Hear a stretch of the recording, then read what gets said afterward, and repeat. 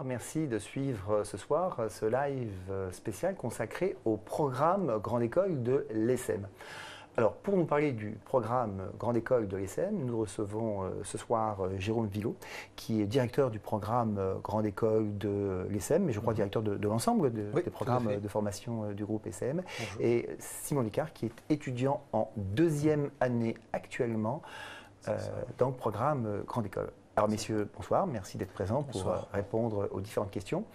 Alors je crois qu'on ne peut pas commencer cette émission qui est vraiment centrée sur le programme Grande École de l'ESSEM sans parler évidemment et sans revenir sur ce qui s'est passé ces dernières années, notamment avec FBS et le fait que vous êtes redevenu ESSEM. Alors concrètement, parce que ce n'est pas le sujet ce soir c'est vraiment le programme Grande École, on en est où, vous en êtes où précisément aujourd'hui ? Alors, nous en sommes au fait que les différentes écoles, et en particulier l'ESSEM, donc, a retrouvé son autonomie pédagogique, donc notre capacité à retravailler sur les programmes, à concevoir de nouveaux programmes, de nouvelles formules. Et puis voilà, juridiquement, nous sommes en train de défaire tout doucement cette fusion. Ça prend un tout petit peu de temps, mais ça va être fait dans les, on va dire, semaines et peut-être dans les mois qui arrivent. En tout cas, avant la rentrée, ce sera réglé. Écoutez, comme ça... Voilà, c'est en train de se faire. C'est clair. Alors, on a eu, avant que l'émission démarre, beaucoup de questions qui touchent évidemment au programme que vous proposez. Et notamment une question, est-ce que finalement, le programme que propose désormais l'ESSEM, est-ce que ce n'est pas le programme que vous proposiez avant Est-ce qu'il y a eu des changements finalement entre la période avant FBS et maintenant ? Alors, il y a un certain nombre de changements, bien sûr. L'idée, c'est que nous avons essayé, nous travaillons avec les enseignants au fait de prendre le meilleur de ce que nous faisions avant et le meilleur de ce que nous avons apporté et collectivement inventé dans le cas des programmes FBS. Et donc, pour la rentrée prochaine, nous travaillons justement sur un mix des différents programmes. Simon, vous avez vécu finalement l'année dernière, l'année du premier programme. Il y a eu d'excellentes choses qui se sont faites. Clairement, je pense que la pédagogie qui avait été lancée sous FBS était décalée par rapport aux pédagogies qu'on peut connaître actuellement. Et ce qui a été fait, parce que nous, moi personnellement, en tant qu'étudiant de seconde année, donc autant que mes camarades, on ressent cette pédagogie qui est encore présente au sein de l'ESSEM, donc qui n'a pas totalement été réintégrée parce que on repasse sous des valeurs qui étaient existantes donc 2 ans auparavant quand l'ESSEM existait. Mais du coup, on conserve cette nouvelle manière de travailler plus adaptée aux problématiques qu'on peut avoir aujourd'hui. Alors, Jean, puisque vous êtes en charge du programme Grande École, est-ce que vous pouvez rappeler la structure de ces 3 années d'études, comment ça se passe? Et puis on verra tout à l'heure les épreuves aussi, puisque tout ça c'est un petit peu nouveau. Exactement. Alors, un dispositif de tronc commun, c'est-à-dire au fond un dispositif où les étudiants passent par l'ensemble des différentes matières qui constituent le cœur d'une école de commerce pendant 2 ans, et ensuite une année de spécialisation. Il y a pas mal de nouveautés dans ces différents éléments, si je peux les développer en quelques mots. D'une part, sur ce fameux tronc commun, c'est-à-dire ces 2 premières années. Important pour nous que les étudiants passent par l'ensemble des différentes matières parce que nous voulons garder une chose qui est fondamentale pour nous dans les écoles de commerce, et dans la nôtre en particulier, c'est une vision organique et transversale de l'entreprise. Donc pas de pré-spécialisation trop précoce qui semble très séductrice sur le papier, mais qui au fond donne un savoir minimal des étudiants et au fond ne nous différencie plus tellement des formations, notamment universitaires, qui ont fait un certain nombre de progrès.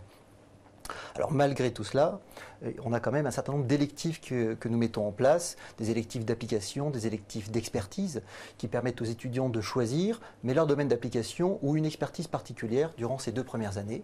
Ensuite, une 3e année, avec des spécialisations fortes. Nous en avons aujourd'hui 15 en place. Et nous allons changer ce système-là en proposant un système, cette fois-ci, un peu plus à la carte, avec des filières qui sont des filières métiers et des modules électifs, c'est-à-dire au fond, les étudiants vont pouvoir choisir leur programme en fonction des métiers et des fonctions auxquelles ils veulent aboutir. Alors, toujours une question pour vous, finalement, l'ESSEM, pour des raisons qu'on a rapidement vu tout à l'heure, est un petit peu disparu du radar ou de la carte des élèves de classe prépa traditionnels. Qu'est-ce que vous dites aujourd'hui à ces élèves de classe prépa? On se connaît bien, on a une longue histoire ensemble. Nous avons recruté pendant très longtemps des étudiants de classe prépa. massivement d'ailleurs des étudiants de classe prépa. Quand je dis on se connaît bien et on a une longue histoire ensemble, ça veut dire que nous avons des pédagogies qui sont différenciantes, mais nous avons des pédagogies qui sont adaptées à leur cursus, d'une part. Deuxième point, je leur dirais, venez chez nous, venez nous voir. Nous avons un corps enseignant de très grande qualité. Nous sommes une école ASISB, accréditée internationalement, ça ne se fait pas par hasard. Ça se fait sur des preuves, ça se fait avec un certain nombre de chiffres, de données, de qualités que nous devons mettre en avant. Et puis je leur dirais également, venez nous voir parce que nous cherchons, bien entendu, les étudiants de classe prépa, mais également les autres, et nous avons toujours travaillé au sein de l'ESSEM sur la diversité. Et donc là aussi, nos pédagogies sont adaptées à un travail en groupe. Tout à l'heure, Simon parlait d'un dispositif de classe inversée, de travail en groupe, de travail, on va dire, dynamique en groupe. C'est toujours au cœur de notre école. Vous, Simon, justement, vous n'êtes pas un élève de classe prépa, vous avez fait un BTS banque en alternance. Après, vous avez eu une expérience à l'international. Et donc ensuite, vous avez intégré l'ESSEM dans le cadre des admissions parallèles. Comment ça se passe quand on est un étudiant d'admission parallèle et donc on n'a pas suivi le cursus classe prépa? Comment ça se passe quand on arrive dans une école de commerce? Ça se passe bien? Oui, ça se passe très bien. Ouais, je veux dire, bon, alors c'est vrai qu'on a après tous des profils plus ou moins différents parce que moi qui sors de BTS, j'ai pas la même manière de penser qu'une personne qui va sortir de prépa ou d'une personne qui va même sortir d'un IUT. C'est vrai qu'on a eu des expériences différentes, d'autant plus en alternance. On a un rapport à l'entreprise qui est différent, donc une manière de voir les choses différente. Mais après, en termes d'intégration, on part tous sur les mêmes bases. On est tous égaux, on arrive dans la même école, on suit le même parcours, on a la même chance d'intégrer les associations qui sont proposées par l'école. Donc à partir de ce moment-là, il n'y a pas vraiment de différenciation type « Ah, tu viens d'un BTS, ah bah toi, tu n'auras pas accès à ça. Ah, tu viens de prépa, tu n'auras pas accès à ça. » Non, c'est vraiment pas comme ça. Et quel que soit le profil de l'étudiant, quel que soit son parcours, quel que soit son passé, quelles que soient ses ambitions, je pense qu'il a tout à fait les possibilités d'atteindre, s'il le souhaite et s'il est motivé, une grande école, et plus particulièrement une école de commerce comme la nôtre. Alors, on a beaucoup de questions qui tournent autour des épreuves et des concours, puisque vous avez un système qui est un petit peu finalement original. Vous avez Daniel, alors je le résume parce que vous avez Daniel qui vous dit « Bonsoir, je suis professeur en prépa. Que dire à mes élèves sur votre concours ?» Alors, une chose qui est simple, nous avons organisé pour les élèves de classe préparatoire un concours dont l'esprit est Écricom. Nous avons fait partie d'Écricom, nous connaissons bien ce dispositif. Un esprit Écricom, ça veut dire quoi? Ça veut dire que ce sont des épreuves qui portent sur le programme de classe préparatoire. Donc nous avons des sujets écrits avec un dispositif d'admissibilité d'admission. Les sujets écrits dépendent évidemment de la nature des classes préparatoires et donc nous avons fait autant d'épreuves qu'il y a de séries de classes préparatoires. Et donc voilà, un esprit qui ressemble comme deux gouttes d'eau à celui d'Écricom. On ne cherche pas à piéger les gens, on cherche à vérifier à la fois leur capacité à structurer, leur capacité à analyser, mais leur compréhension et leur connaissance des matières qu'ils ont étudiées en classe préparatoire. Vous êtes un peu lourd à assumer quand on est tout seul? Est-ce que c'est un peu lourd? C'est un choix que nous faisons. Faire un concours seul, c'est un choix que nous avons fait pour plusieurs raisons. Le premier est que nous connaissons le dispositif. Nous avons participé aux différentes banques d'épreuves et nous connaissons bien le dispositif.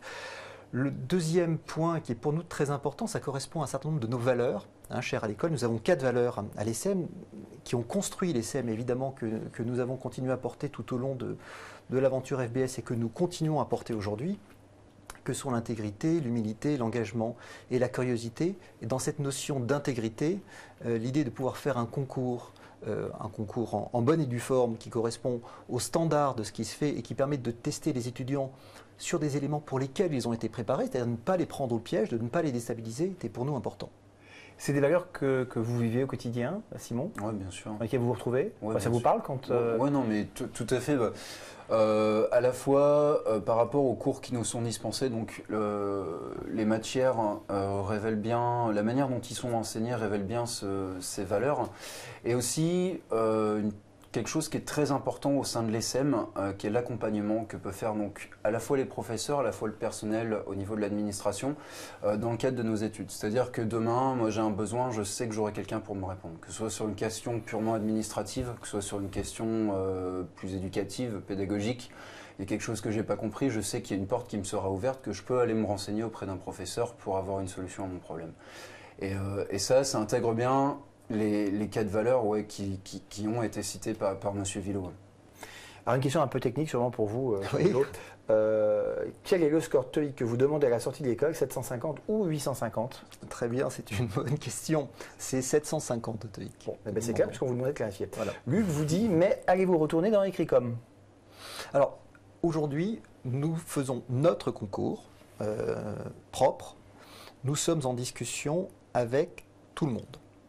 Alors, y compris Écricom, c'est-à-dire que nous avons commencé à prendre quelques contacts, il n'y a rien de très avancé. Nous avons déjà pris des contacts avec la BCE. Clairement, nous aurions souhaité dans un premier temps retourner vers la BCE. La BCE n'a pas souhaité nous réintégrer et pour des questions tout à fait logiques. C'était tout à fait logique. Pour faire très vite, les différentes écoles nous redemandent un certain nombre de preuves et cette démarche nous convient bien. Donc nous sommes dans une réflexion, dans des contacts. Aujourd'hui, on fait nos preuves avec notre propre concours. Alors on a parlé du concours prépa concernant les admissions sur titre, les admissions parallèles, donc Oui. pour tout ce qui va s'adresser à des bac plus 2, bac plus 3.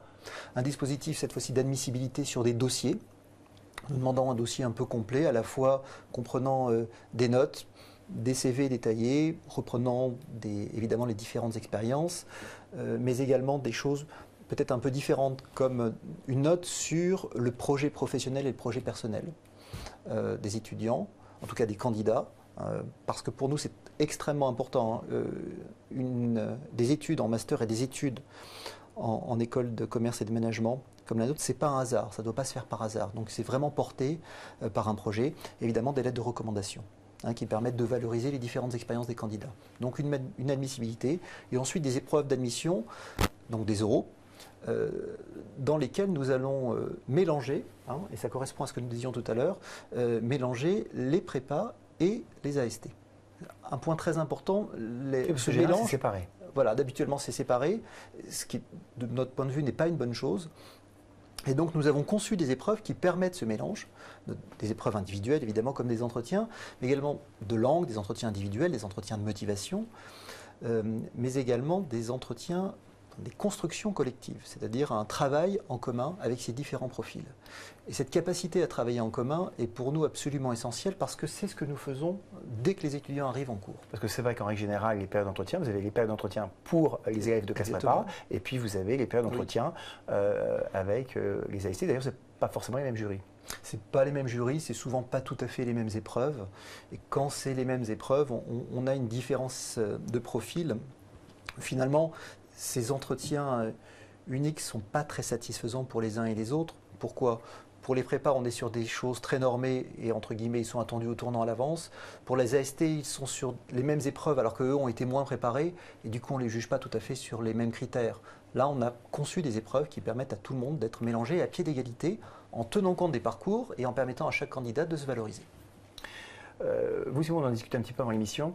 Vous avez intégré l'année dernière, donc on va dire à l'époque FBS, mais vous avez passé les concours SM classiques qui vont être finalement un peu ceux que vous proposez. Ça vous a paru difficile ?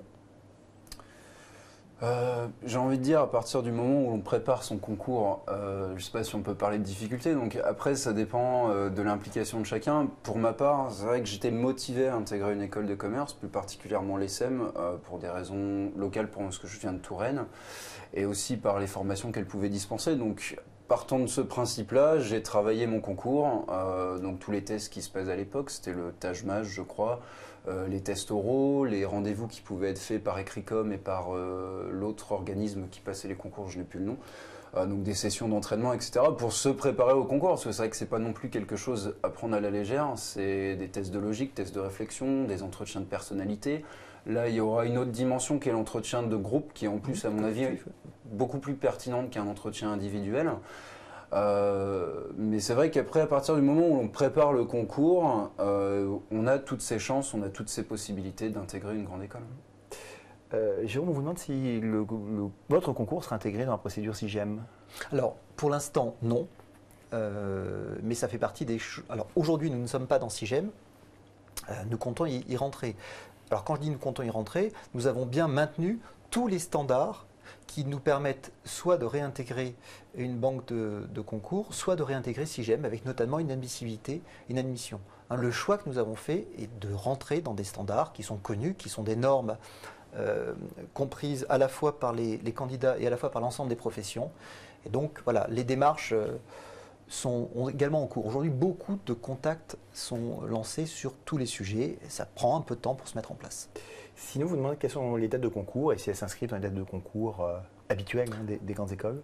Alors, les dates de concours sont décalées par rapport aux grandes écoles. C'est un choix que nous avons fait. Alors, si je vous donne les dates, je vais m'aider là de mes documents. Voilà, exactement, un petit document. Tout ça se retrouve sur le site internet, sûr, exactement. Oui. Donc, les épreuves écrites donc pour les classes prépa sont le 21 et 22 mai. Les étudiants auront jusqu'au 30 avril pour pouvoir s'inscrire pour les classes préparatoires. Et ensuite, les oraux auront lieu du 6 au 24 juin. Et pour les AST, les étudiants vont pouvoir s'inscrire jusqu'à fin mai et donc s'inscrire sur notre évidemment portail de concours et rendre leur dossier. Et puis les épreuves orales auront lieu également du 6 au 24 juin. Et puis de toutes les façons, pour tout renseignement complémentaire, le site de l'école très bien fait donne toutes les informations. Exactement. Alors, il y a un aspect dont on n'a pas parlé et Louisa nous le rappelle, c'est l'international. Oui. Donc Louisa nous demande si vous avez la possibilité d'obtenir, enfin de proposer un double diplôme. Elle vous demande si vous avez gardé tous les partenariats qui avaient pu être conclus ces dernières années lorsque vous étiez sous l'autre système. Elle vous demande si vous prévoyez de développer vos programmes internationaux et si vous disposez d'un campus à l'étranger, puisque ça semble être la grande tendance aujourd'hui, voir son campus à l'étranger. Alors, donc beaucoup de questions. Beaucoup de questions, oui, mais qui se résument à l'internationalisation de votre cursus. En fait. Donc on ne pourra pas proposer un double diplôme, mais 21 doubles diplômes. Voilà, je suis désolé. Donc nous avons beaucoup de partenaires, nous avons 80 partenaires aujourd'hui à travers l'ensemble du monde. C'était tout le réseau de toutes les façons SM. Oui, c'était le réseau SM qui est un réseau extrêmement puissant, qui continue à être puissant. Alors d'une part, parce que nous avons de l'histoire et sur le sujet et que l'international a toujours été un point fort dans notre école, et puis parce que nous sommes à SISB et que nous avons continué à développer les partenariats dans le cadre SISB. Sur l'international, les étudiants ont tous une expérience évidemment à l'étranger. Chez beaucoup de nos partenaires, je vous l'ai dit, 21 doubles diplômes qui peuvent avoir lieu en dernière année, donc des spécialisations particulières. Tout à l'heure, je vous parlais de notre système de spécialisation en troisième année. Bon, plus les 21 doubles diplômes, plus les 21 spécialisations possibles, et parfois beaucoup plus chez chacun de nos partenaires. Campus à l'étranger, non. Nous n'en avons pas, pour plusieurs raisons. La première raison, c'est qu'avec ce réseau de partenaires que nous avons et l'ensemble des doubles diplômes que nous avons, au fond, avoir un campus à l'étranger, c'est diriger l'ensemble des flux étudiants, de la circulation, vers un seul endroit du monde. Ce que nous avons en partie fait avec FBS. Notre conception à l'ESSEM de l'international est quand même beaucoup plus ouverte. Shanghai, c'est très très bien. Nous avons un double diplôme justement à Shanghai, nous avons un MBA à Shanghai et nous avons une centaine d'étudiants sur ce MBA. Donc c'est très très bien Shanghai. Mais nous n'entendons pas en permanence envoyer tous nos étudiants dans cette ville en résumant la totalité de l'expérience internationale à une ville et une expérience. Bon, c'est clair. Merci. Peut-être préciser le campus anglophone aussi à Poitiers, bien qui sûr. Qui est une force de l'école et qui ne l'est pas forcément ailleurs. Exactement, et nous recevons plus de 200 étudiants étrangers par an, une quarantaine de nationalités différentes qui viennent, alors particulièrement sur le campus de Poitiers, effectivement, qui est un campus très fort en international, et certains viennent également à Tours. Alors justement, parce que vous parlez des campus de Poitiers et de Tours, on vous demande si le programme est différent selon qu'on soit sur le campus de Tours ou de Poitiers. Il y en a un qui est plus en anglais que l'autre. Ouais. Bon, voilà, comme ça, c'est Poitiers pour préciser. Voilà, pour être très clair, à Poitiers, on a une tradition sur l'anglophonie et sur l'international très très grande, très forte. Comme je l'ai dit tout à l'heure, il y a des électifs dans notre programme, et donc il peut y avoir des électifs qui varient d'un campus à l'autre. Sur vraiment des points de détail. Autrement, la structure est évidemment la même. Oui, Simon, l'international, c'est une préoccupation que vous avez pour vos études ? Que j'ai eu, que je n'ai plus à avoir parce que donc dans le cadre associatif de l'école, j'ai pu partir en séjour humanitaire pendant 2 mois au Sénégal. Et donc, expérience que j'ai pu surenchérir avec un semestre en université partenaire, donc dans l'université de Flint au Michigan, aux États-Unis. Donc en somme, 2 belles expériences parce que les conditions à remplir, entre guillemets, n'étaient pas les mêmes, parce que l'humanitaire et le scolaire, c'est 2 choses différentes, mais qui se sont accomplies dans de très bonnes conditions. Parce que ce que je disais tout à l'heure, on a un très bon accompagnement à l'école, quel que soit le domaine. C'est vrai que le voyage humanitaire, on a été accompagné de la part de l'école pour nous guider sur les actions à mener avant de partir. Et dans le cadre de l'université partenaire, pour suivre toutes les démarches, notamment dans le cadre spécifique des États-Unis, des démarches de visa qui sont plutôt compliquées. Ouais. 2 questions pour vous, certainement, Simon. On vous demande quelles sont les associations de l'ESM et comment se formalisent les intégrations dans les associations. Et puis, on vous demande quelle est l'ambiance sur le campus de l'ESM. Alors, Tours et Poitiers, évidemment. Oui, bien sûr.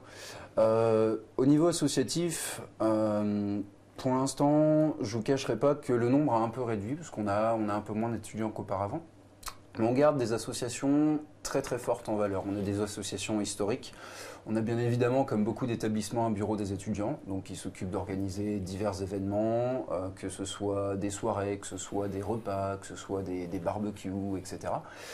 On a une autre association très chère à l'école et très intégrée, qui est l'association de la Cafette, donc qui promet donc des boissons diverses et variées, des snacks, qui organise aussi régulièrement des soirées.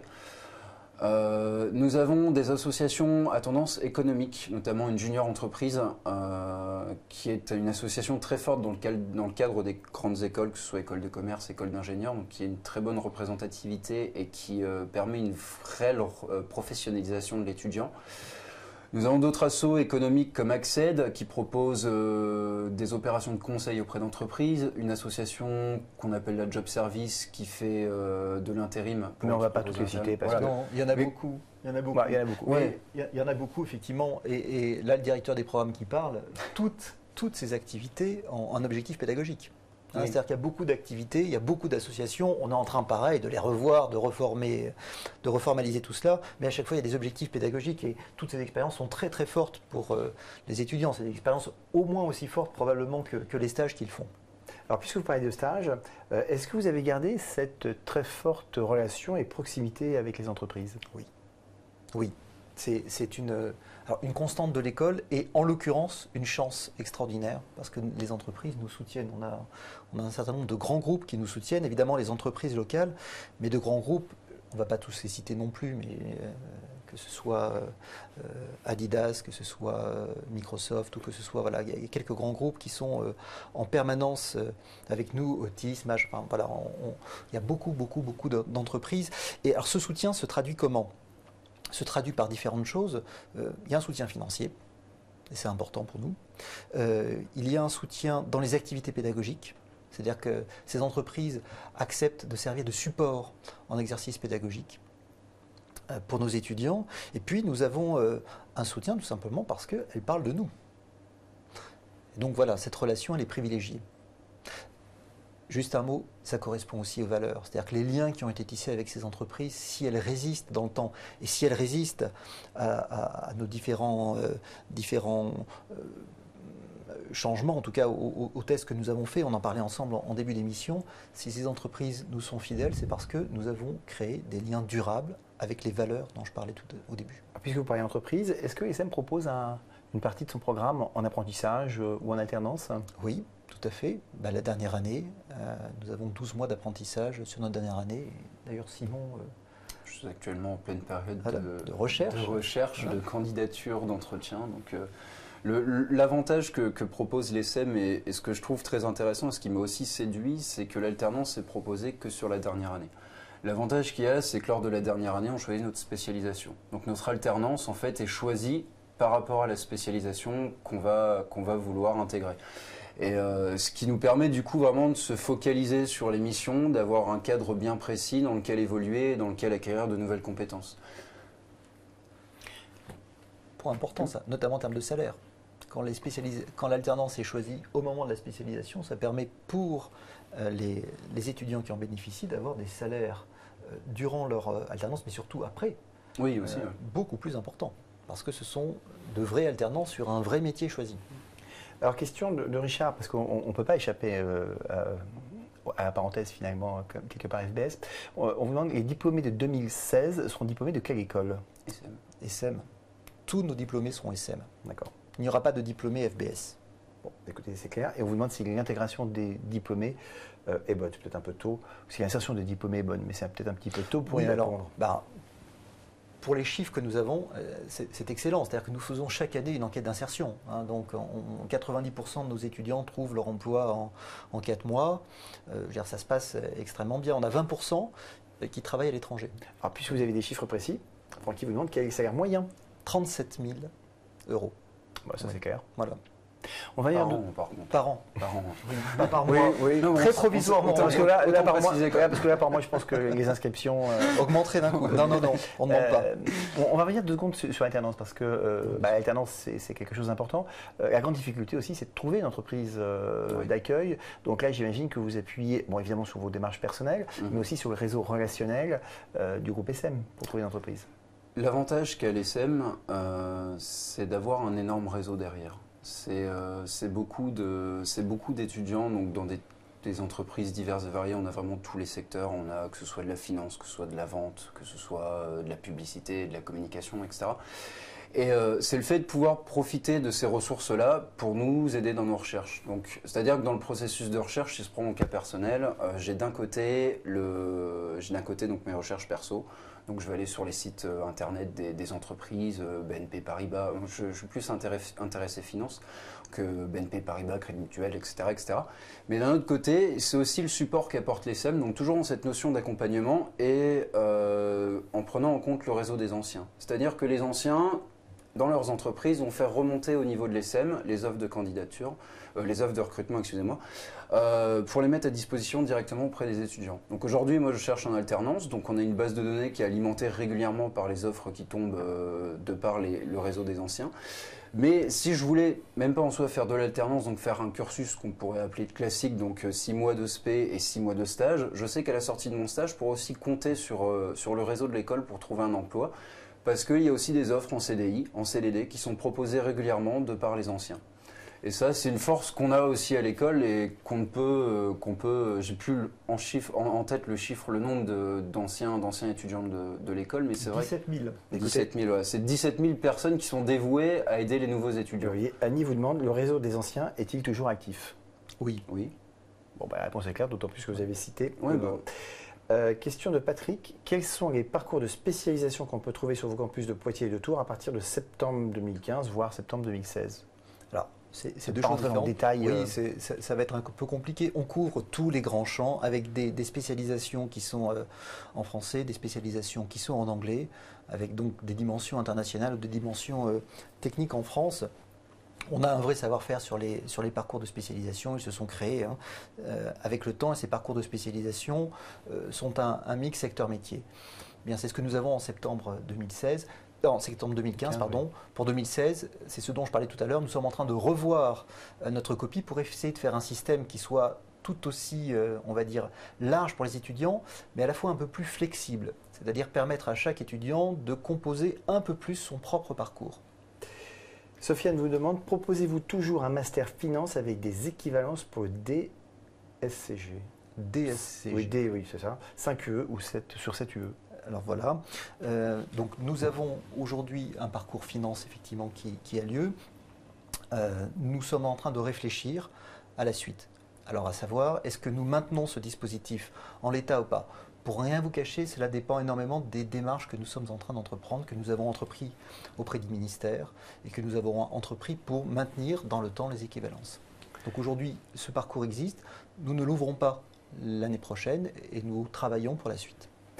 Tout à l'heure, Simon, vous avez parlé de la junior entreprise. Charles vous demande, est-ce que l'ESM possède toujours une grosse junior entreprise? Un internaute dit, mais c'est quoi une junior entreprise? Donc si vous pouvez repréciser ce qu'est une junior entreprise et si l'ESM a une junior entreprise toujours aussi importante, semble-t-il. Oui, bien sûr. Alors, une junior entreprise, pour expliquer le cadre, c'est donc une association qui est régie donc, par les étudiants et qui évolue sous le cadre de la Confédération nationale des juniors entreprises. Donc c'est un cadre qui est très sérieux parce qu'il est encadré. On ne peut pas faire ce qu'on veut. On a une certaine règle à respecter.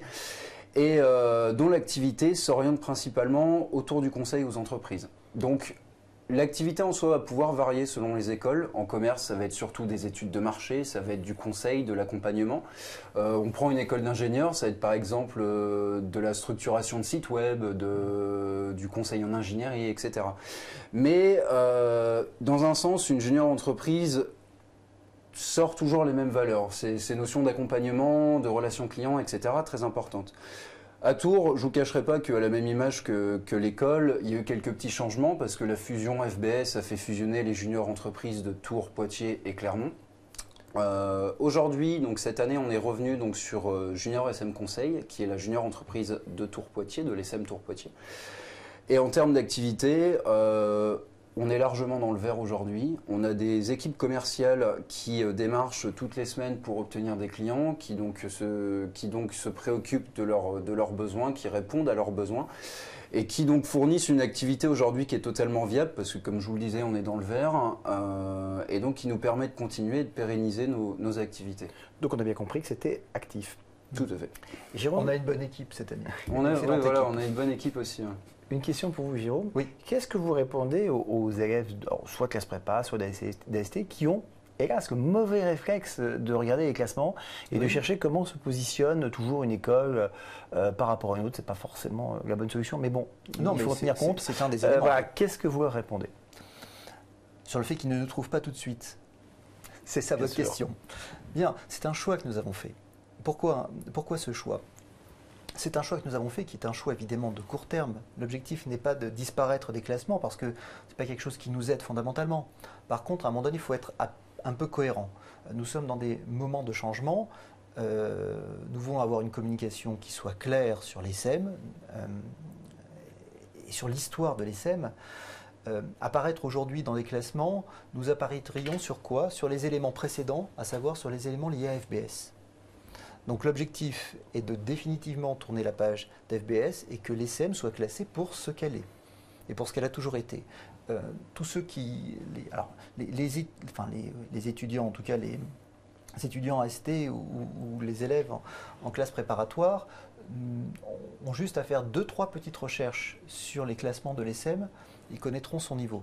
Aujourd'hui, si nous apparaissions dans les classements, nous serions forcément différents et ce n'est pas l'ESM qu'on jugerait, c'est FBS. Donc nous avons décidé temporairement de sortir des classements pour être jugés sur nous-mêmes. Alors, question de Mathieu. Bonsoir, vous l'avez peut-être déjà dit, mais combien ouvrez-vous de places pour les élèves en prépa à la rentrée prochaine? Nous ouvrons 130 places. Nous ouvrons 130 places, dont 30 pour les littéraires. Donc une centaine de places.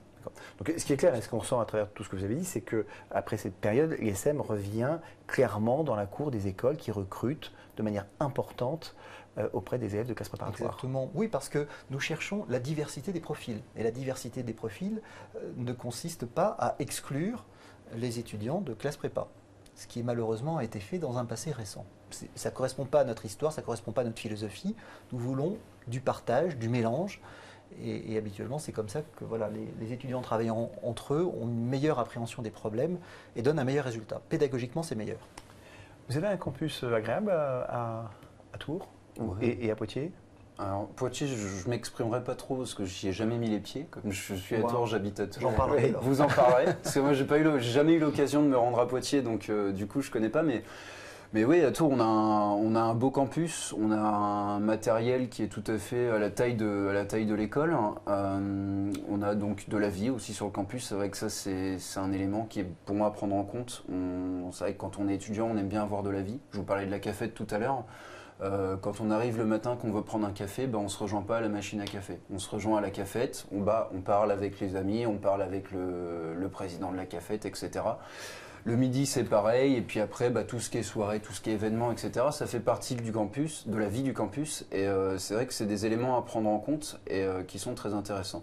Et je pense, de ce qu'on a entendu, même sans y avoir mis les pieds, qu'à Poitiers, ils ont exactement la même situation que nous, qu'il y a une très belle vie aussi qui est organisée, de par les associations, de par le corps professoral aussi, qui s'investit des fois, parce qu'il faut aussi le dire, hein, la cafette, c'est pas réservé aux étudiants, parce que c'est vrai qu'un professeur, ça boit aussi du café. Ça mange aussi des viennoiseries, des sandwichs, etc. Donc, Sur le campus de Poitiers aussi? Alors sur le campus de Poitiers aussi, effectivement, c'est un campus de centre-ville, un ancien cloître. Alors voilà, l'enseignement ne correspond pas à un cloître. Hein. C'est un ancien cloître, les bâtiments sont magnifiques, voilà, en plein centre-ville de Poitiers. Vous pensez que les liaisons maintenant TGV, donc Paris-Tours et bientôt Paris-Bordeaux, donc Bordeaux-Tours, ça va vous aider? Oui. Oui, très clairement. On voit historiquement l'ESSEM sur Tours et Poitiers recruter beaucoup d'élèves sur Paris. Pour revenir à l'aspect international, donc là, non plus le fait que vous alliez poursuivre une partie de votre cursus international, est-ce qu'on peut dire que le campus de l'ESSEM est vraiment un campus où se brassent des nationalités différentes et où vous rencontrez vraiment des étudiants de nationalités très diverses et où ça parle vraiment, je ne vais pas dire toutes les langues, mais où vraiment vous rencontrez des étudiants, oui, assez différents? À Poitiers, de ce qu'on a entendu, oui, j'en pense, j'en suis même quasiment sûr. À Tours, un peu moins, il y a moins cette dimension internationale, parce qu'on n'a pas le cursus anglophone, donc on reçoit moins d'étudiants. Mais l'année dernière, on a quand même reçu, alors je crois ils étaient entre 15 et 20 Australiens, on a reçu quelques Asiatiques, il y avait les Chinois, il y avait les Coréens, on a un Chinois encore aujourd'hui, même deux. Des Australiens qui viennent régulièrement. Des Australiens, ouais. L'année dernière, on s'est lié d'amitié avec une Danoise qui a travaillé avec nous, qui nous a suivis donc, sur le second semestre. Il y avait aussi une Mexicaine, une Finlandaise. Donc après, je ne veux pas dire qu'on entend parler toutes les langues parce que les gens viennent en France pour apprendre le français, comme quand je suis parti aux États-Unis, je ne parlais pas français, je parlais anglais. Mais par contre, au niveau de la culture et de l'échange qui peut s'y opérer, ouais, ça on le ressent. Et ça, on a cette force au sein de l'école. Et du coup, je pense même plus auprès du campus de Tours qui ont tendance à recevoir plus d'étudiants internationaux qu'on peut le faire à Tours. Ouais. Oui, Poitiers, oui. 40 nationalités à Poitiers. Ouais. Ce live touche à sa fin. Alors, j'ai envie peut-être une question pour vous. Bon, il y a beaucoup de grandes écoles de commerce avec des offres vraiment très intéressantes, des innovations technologiques. Qu'est-ce que vous pourriez dire à un élève de classe prépa ou un étudiant en AST qui peut se poser des questions, hein, puisqu'il y a beaucoup de choses qui sont encore en devenir chez vous? Qu'est-ce que vous pourriez lui dire pour les rassurer et pour exprimer aussi votre différence par rapport aux autres? Pour le rassurer, j'aurais tendance à lui dire « Venez passer une journée avec nous ». Vous serez vite rassuré. Pourquoi?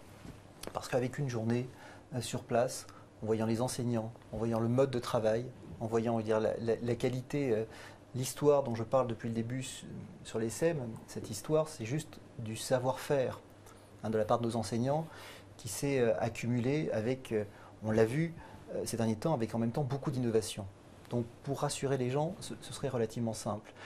Pour les convaincre sur notre spécificité, l'ESSEM s'est toujours construit autour des 4 valeurs que je citais tout à l'heure. Cela veut dire que dans les différents enseignements, comme tout à l'heure Simon nous le rappelait à juste titre, dans les différents enseignements, ces valeurs transparaissent. Les étudiants sont évalués sur ces valeurs. Ça donne quoi à la fin? Ça donne des diplômés qui veulent s'investir dans des entreprises, qui veulent s'investir pour les développer. C'est une forme, au fond, de développement. On forme des développeurs qui sont des développeurs pérennes, des développeurs éthiques, des développeurs responsables. Quel que soit le domaine, ils ne viennent pas, nos étudiants, nos diplômés, pardon, ne viennent pas dans les entreprises pour passer 1 an, 2 ans, puis partir. Ils viennent pour s'investir et faire grandir les entreprises. Ça a donné de beaux résultats. Parmi nos diplômés, nous avons de nombreux directeurs généraux. Si on parlait d'Adidas tout à l'heure, le directeur général France d'Adidas est un diplômé de l'ESSEM.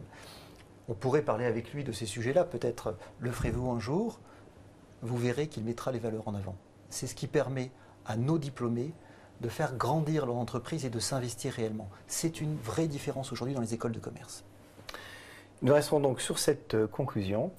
Jérôme Bilot, Simon Icard, merci d'avoir participé à ce live et d'avoir répondu aux questions. Merci d'avoir suivi cette émission et rendez-vous pour d'autres lives Studioramma TV.